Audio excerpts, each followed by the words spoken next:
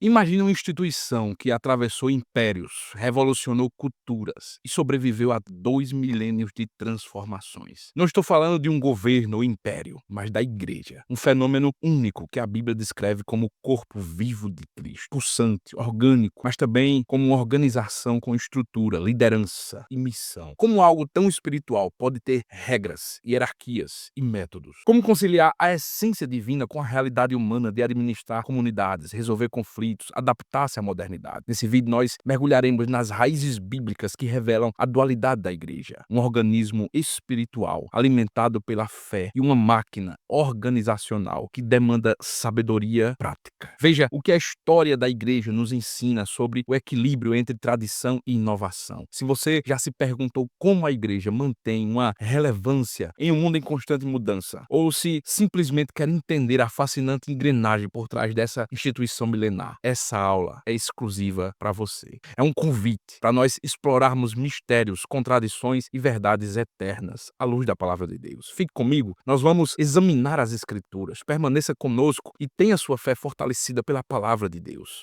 A paz do Senhor, amados irmãos, esse é o canal Espaço EBD e é um prazer tê-lo conosco. Na lição de hoje, nós estudaremos com a graça de Deus a 12ª lição deste trimestre com o tema geral, em defesa da fé cristã, combatendo as antigas heresias que se apresentam com nova aparência. A lição de hoje traz o título: A igreja tem uma natureza organizacional. A verdade prática da nossa lição, irmãos, nos diz algo muito significativo. A igreja é um organismo vivo de natureza espiritual e, ao mesmo tempo, uma organização. A leitura bíblica em classe que nós vamos fazer está na carta do apóstolo Paulo a Tito, no capítulo de número 1, versículo de número 1 ao versículo de número 9. Acompanhe conosco a leitura. Paulo, servo de Deus e apóstolo de Jesus Cristo, segundo a fé dos eleitos de Deus e o conhecimento da verdade, que é segundo a piedade, em esperança da vida eterna, o qual Deus, que não pode mentir, prometeu antes dos tempos dos séculos, mas a seu tempo manifestou a sua palavra pela pregação que me foi confiada, segundo o mandamento de Deus, nosso Salvador, a ti, meu verdadeiro filho, segundo a fé comum, graça, misericórdia e paz da parte de Deus Pai e da do Senhor Jesus Cristo, nosso Salvador. Por esta causa te deixei em Creta, para que pusesses em boa ordem as coisas que ainda restam, e de cidade em cidade estabelecesses presbíteros, como já te mandei. Aquele que for irrepreensível, marido de uma mulher, que tenha filhos fiéis, que não possam ser acusados de dissolução, nem são desobedientes. Porque convém que o bispo seja irrepreensível, como despenseiro da casa de Deus, não soberbo, nem iracundo, nem dado ao vinho, nem espancador, nem cobiçoso, de torpe ganância, mas dado à hospitalidade, amigo do bem, moderado, justo, santo, temperante, retendo firme a fiel palavra, que é conforme a doutrina, para que seja poderoso tanto para admoestar com a sã doutrina, como para convencer os contradizentes. Amados irmãos, os objetivos propostos desta lição são 3. Um objetivo para cada ponto da lição, para que nós não nos distanciemos daquilo que está proposto e pensado para esta lição. Os objetivos são: analisar a atuação pastoral de Tito na ilha de Creta. Segundo, reconhecer a institucionalidade bíblica da igreja. Terceiro, dialogar com a realidade atual a partir do texto bíblico.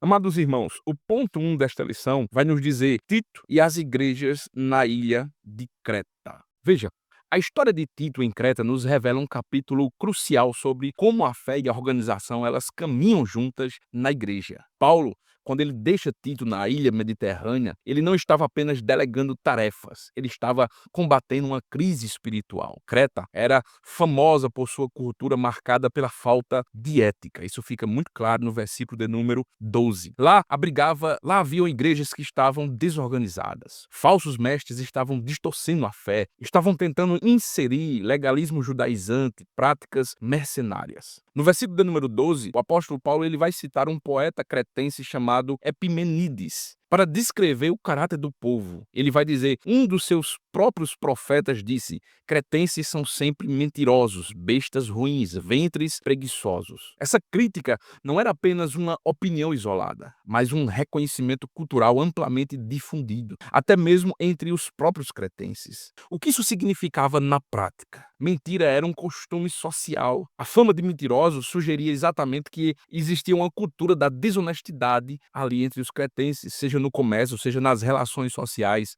ou até mesmo na religião. Isso criava um ambiente de desconfiança. dificultava a construção de comunidades baseadas na verdade. Veja que a expressão bestas ruins, ela aponta exatamente para comportamentos violentos, selvagens. A sociedade cretense tinha fama de ser agressiva, indisciplinada, algo que contrastava e até hoje contrasta radicalmente com os frutos do espírito que se espera de qualquer crente. Ele ainda vai dizer ventres preguiçosos.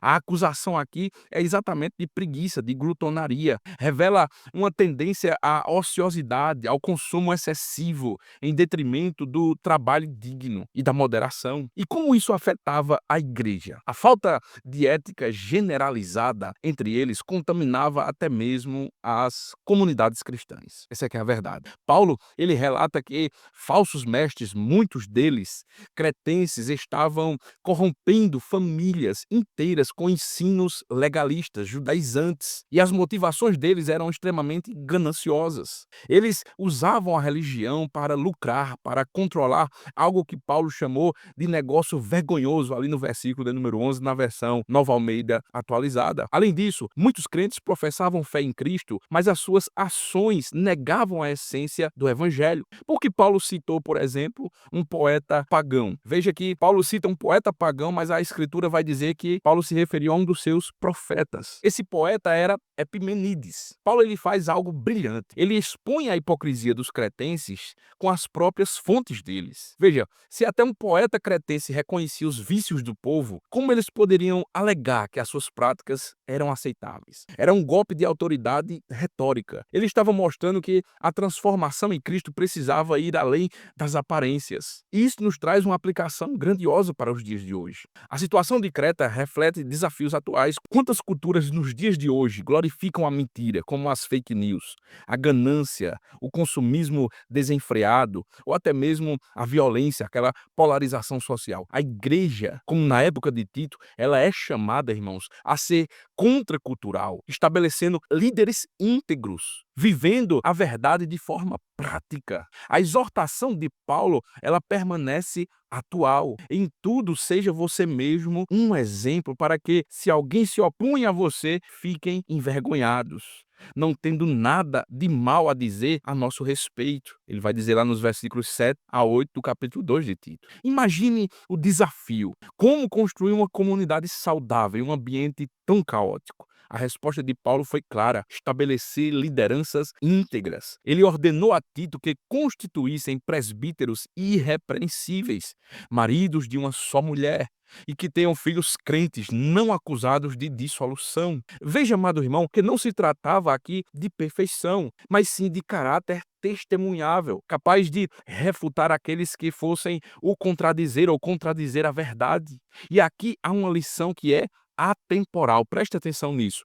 A espiritualidade, ela não dispensa a estrutura. A igreja, como o corpo de Cristo, ela precisa de ordem para cumprir a sua missão. Os cretenses, porém, eles viviam um paradoxo. Eles professavam conhecer a Deus, mas eles negavam com as suas próprias obras. No versículo 16 do capítulo 1, veja o que Paulo ele diz: confessam que conhecem a Deus, mas negam-no com as obras, sendo abomináveis e desobedientes e reprovados para toda a boa obra. Veja também, amados irmãos, que Jesus ele fala sobre isso. A crítica de Paulo aos cretenses reflete exatamente o ensinamento de Jesus. Ecoa diretamente aquilo que Jesus ensinou sobre a autenticidade da fé. Embora Jesus ele não mencione Creta especificamente, mas as suas palavras confrontam toda forma de hipocrisia espiritual.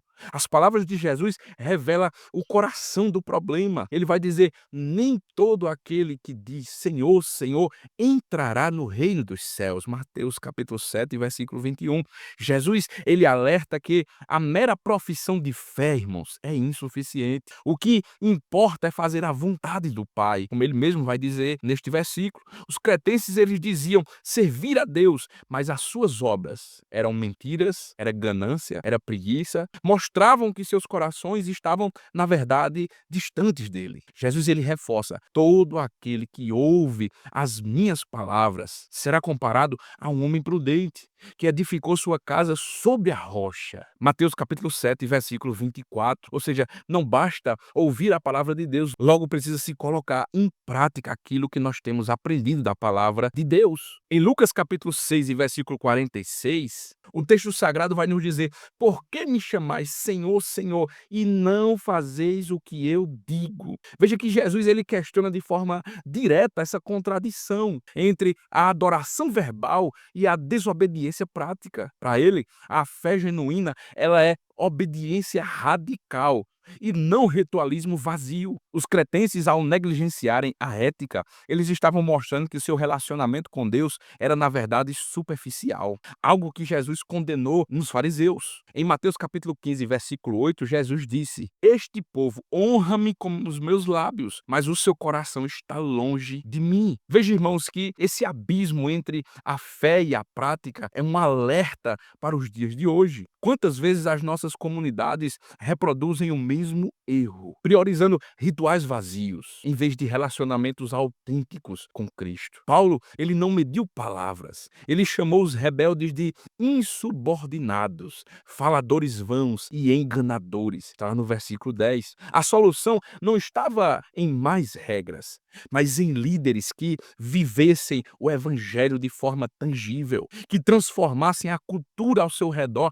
a partir da sua vida. Tito, ele é chamado de meu verdadeiro filho, Paulo vai dizer, e isso personificava exatamente essa missão. Tito era grego de nascimento, e isso por si só já simbolizava a universalidade do evangelho, uma mensagem que transcende culturas, que transcende tradições. Sua tarefa ela era dupla: restaurar a ordem e nutrir a identidade cristã. E isso incluía combater as heresias, mas também ensinar os crentes. Veja que no versículo 12 ele diz: ensinando-vos que, renunciando à impiedade e às concupiscências mundanas, vivamos neste presente século de forma sóbria e justa e piamente. Está lá no capítulo 2. Note, irmãos, que Paulo ele não separa doutrina de comportamento. A fé genuína se revela em ações, os mais velhos sendo exemplos aos mais jovens, exercendo domínio próprio, os escravos honrando seus senhores. Em Creta, a graça de Deus, irmãos, ela não era apenas um conceito teológico. Na verdade, era o motor de transformação social. Hoje, muitos enxergam a igreja como uma instituição ultrapassada, mas a carta a Tito mostra que a sua relevância está exatamente na capacidade de unir eternidade e cotidiano. Quando Paulo ele instrui Tito a falar o que convém à sã doutrina, ele está, na verdade, dizendo exatamente isso: adapte a verdade que é imutável às necessidades urgentes do seu contexto. Muita gente não entende essa expressão, mas se trata exatamente disso. Não se trata de mudar o evangelho, mas de comunicá-lo de forma que ressoe nas lutas reais das pessoas, que faça realmente efeito no que as pessoas estão precisando. Os cretenses precisavam de líderes que não apenas pregassem, mas servissem, que não apenas condenassem o erro, mas que oferecessem uma esperança. Por fim, irmãos, a história de Tito em Creta, ele nos lembra que a igreja não é um clube de santos, mas é um hospital de pecadores.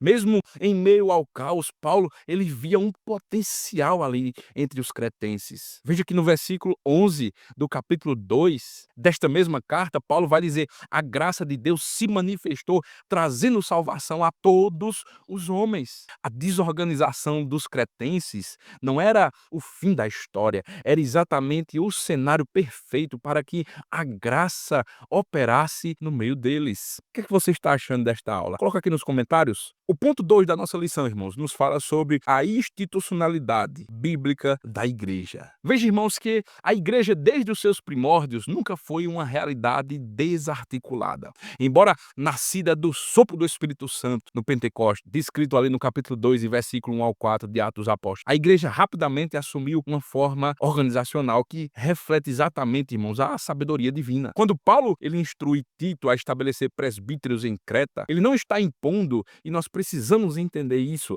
Ele não quer colocar burocracia humana dentro da igreja, mas ele está cumprindo um princípio bíblico. A fé precisa de uma estrutura para florescer. O apóstolo, ele já havia praticado isso quando ele designou líderes para as igrejas na Galácia, por exemplo. Também quando ele orientou Timóteo sobre os critérios para instituir bispos e diáconos. Está lá no capítulo 3, versículo 1 a 13 da primeira carta. Essas diretrizes, irmãos, elas não eram meras formalidades. Eram, na verdade, um antídoto contra o caos. Em Creta, por exemplo, a falta de liderança íntegra permitiu que falsos mestres corrompessem a comunidade. A organização, irmãos, ela não é opcional. Ela, na verdade, é uma extensão da natureza de Cristo, que é cabeça do corpo, que é a igreja. E um corpo, irmãos, ele só funciona quando as suas partes estão bem coordenadas. Alguns vão dizer que organização mata a espiritualidade. O que é que você acha? Eu quero ouvir sua opinião. Coloca aqui nos comentários. Mas, na verdade, a Bíblia mostra, irmãos, que é diferente, que a organização libera a graça. Veja o exemplo da igreja primitiva. Quando surgiu uma disputa sobre o cuidado às viúvas, os apóstolos eles não improvisaram. Eles instituíram diáconos, homens cheios do Espírito Santo, homens cheios de sabedoria para resolver o problema. Sabe qual é o resultado? A palavra de Deus se espalhava, o número de discípulos crescia. Glória a Deus! A organização, irmãos, nunca sufocou o avivamento, pelo contrário, amplificou. Da mesma forma, Paulo, ele orientou os coríntios a realizarem cultos com decência, com ordem, não para limitar a liberdade espiritual, mas para evitar exatamente a confusão, para garantir que todos fossem edificados. Irmãos, a institucionalidade da igreja também se revela em sua capacidade de responder às crises doutrinárias e sociais que surgem no seu meio. No Concílio de Jerusalém, por exemplo, está lá em Atos, capítulo 15, versículos 6 a 29, os líderes, eles se reuniram para resolver uma questão vital. E qual era a questão? Os gentios precisavam ou não seguir a lei mosaica? Veja que a decisão, ela foi tomada, guiada pelo Espírito Santo, está muito claro o texto. E essa decisão preservou a unidade da fé, evitou divisões. Além disso, irmãos, a igreja do primeiro século mantinha estruturas de cuidado prático, como coleta para os santos necessitados, está lá em 2 Coríntios, capítulo 8 e 9. Paulo chamou esse serviço de serviço sagrado, capítulo 9, versículo 12 de 2 Coríntios. Isso mostra, irmãos, que a organização eclesiástica não se resume a hierarquias, mas inclui ações tangíveis de amor, como Jesus nos ordenou. Jesus disse: amem-se uns aos outros como eu os amei. Vocês devem amar uns aos outros. No entanto, irmãos, há um alerta. A institucionalidade só é legítima quando serve sal. Preste bem atenção nisso. Quando a institucionalidade ela é dominadora, é extremamente antibíblica. Jesus ele condenou os fariseus exatamente por transformarem tradições em jugo pesado. Paulo ele advertiu contra a doutrina de homens que queriam se sobrepor ao evangelho. A verdadeira organização eclesiástica, irmãos, não centraliza poder, mas ele distribui responsabilidades. Em Efésios capítulo 4, versículo 11 e 12, nós lemos que Cristo deu apóstolos, profetas, evangelistas, pastores e mestres, não para controlar, mas para equipar os santos para a obra do ministério. Cada membro do corpo, irmãos, tem a sua função específica dentro da obra de Deus. A estrutura existe exatamente para potencializar esses dons e não para asfixiá-lo. Irmãos, a institucionalidade bíblica, ela aponta para um propósito eterno, para preparar a noiva para o noivo.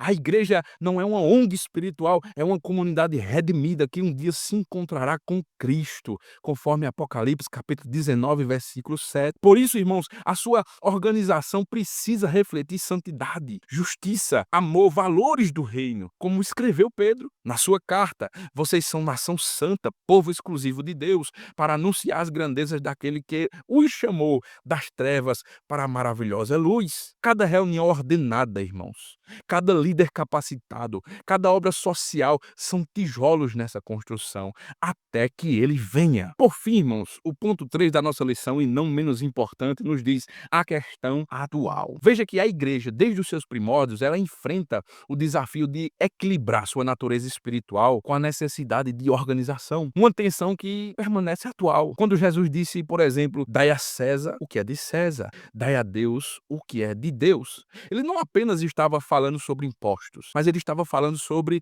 a dualidade da existência cristã. Nós somos cidadãos dos céus, mas vivemos em nações terrenas. Isso é uma realidade da qual nós não podemos fugir. Isso implica, irmãos, responsabilidade tanto para com as autoridades civis desta terra, quanto para com as estruturas eclesiásticas. Precisamos entender, irmãos, que organização não é uma traição à espiritualidade, mas é uma forma de honrar a Deus na prática. É uma forma de garantir que o seu povo, cumpra a missão com excelência e com integridade. O movimento pentecostal moderno, por exemplo, ele surgiu exatamente em um contexto de rejeição às estruturas denominacionais, priorizando a liberdade do espírito. No entanto, como nos mostra em Atos capítulo 6 e versículo 1 e 7, até mesmo a igreja primitiva, cheia de sinais e maravilhas, precisou instituir diáconos para resolver conflitos práticos. A organização, irmãos, não apagou o fogo espiritual. Pelo contrário, a palavra de Deus, ela se espalhava, diz o texto bíblico. Hoje, as igrejas que rejeitam toda forma de estrutura, muitas vezes enfrentam divisões, doutrinas distorcidas, como aconteceu em Creta, por exemplo. A lição é clara. O Espírito Santo não contradiz a ordem, mas usa para amplificar o seu trabalho. No Brasil, por exemplo, a criação da Convenção das Assembleias de Deus em 1930,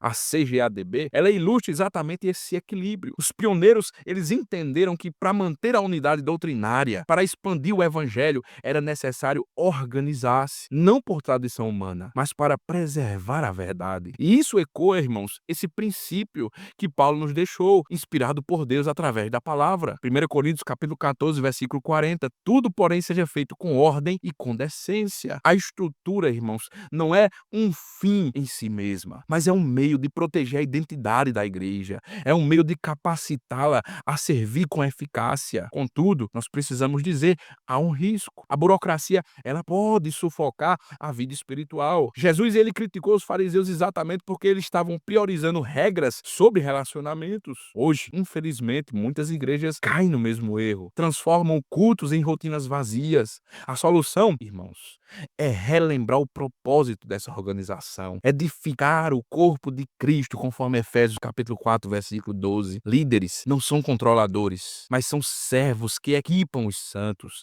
Tesourarias não existem para acumular riquezas, mas para sustentar missões, para ajudar os necessitados. Reuniões, irmãos, não são ritualísticas vazias, mas são espaços para comunhão genuína com Deus Todo-Poderoso. A igreja do século XXI, ela enfrenta desafios únicos. Isso é fato. Globalização, secularismo, crises éticas. Mas como responder a isso? Seguindo o exemplo de Neemias, que reconstruiu os muros de Jerusalém com oração, com planejamento. Irmãos, a organização, ela permite que a igreja seja sal e luz de forma estratégica. Seja combatendo injustiça, seja acolhendo os marginalizados, seja usando a tecnologia para evangelizar, mas tudo deve ser feito com humildade. Lembrando do que Jesus disse, sem mim nada podeis fazer. Irmãos, a pergunta que fica é, como ser organismo e organização sem perder o equilíbrio? Eu quero ouvir essa resposta nos comentários. Mas veja, biblicamente, a resposta está em Colossenses capítulo 2, versículos 6 e 7. Enraizados e edificados nele, firmados na fé. Irmãos, quando Cristo é o alicerce, a estrutura não engessa. Simples assim. Ela liberta. A igreja não é um prédio, mas é um povo que caminha ordenado, mas não inflexível. Espiritual, mas não alienado. Como Paulo escreveu, vocês são o corpo de Cristo e cada um de vocês é parte deste corpo. 1 Coríntios 12, 27. Cada membro, ele tem o seu lugar e a organização existe para garantir que todos possam cumprir o seu chamado até que ele venha. Mas a sua opinião é muito importante para nós. Diga nos comentários o que você achou desta aula. Se inscreva nesse canal para que você não perca nenhum dos vídeos que nós estejamos colocando e compartilhe para alguém que precisa aprender da palavra do Senhor. Que Deus te abençoe e que você tenha uma aula extremamente abençoada e que o nome do Senhor seja glorificado.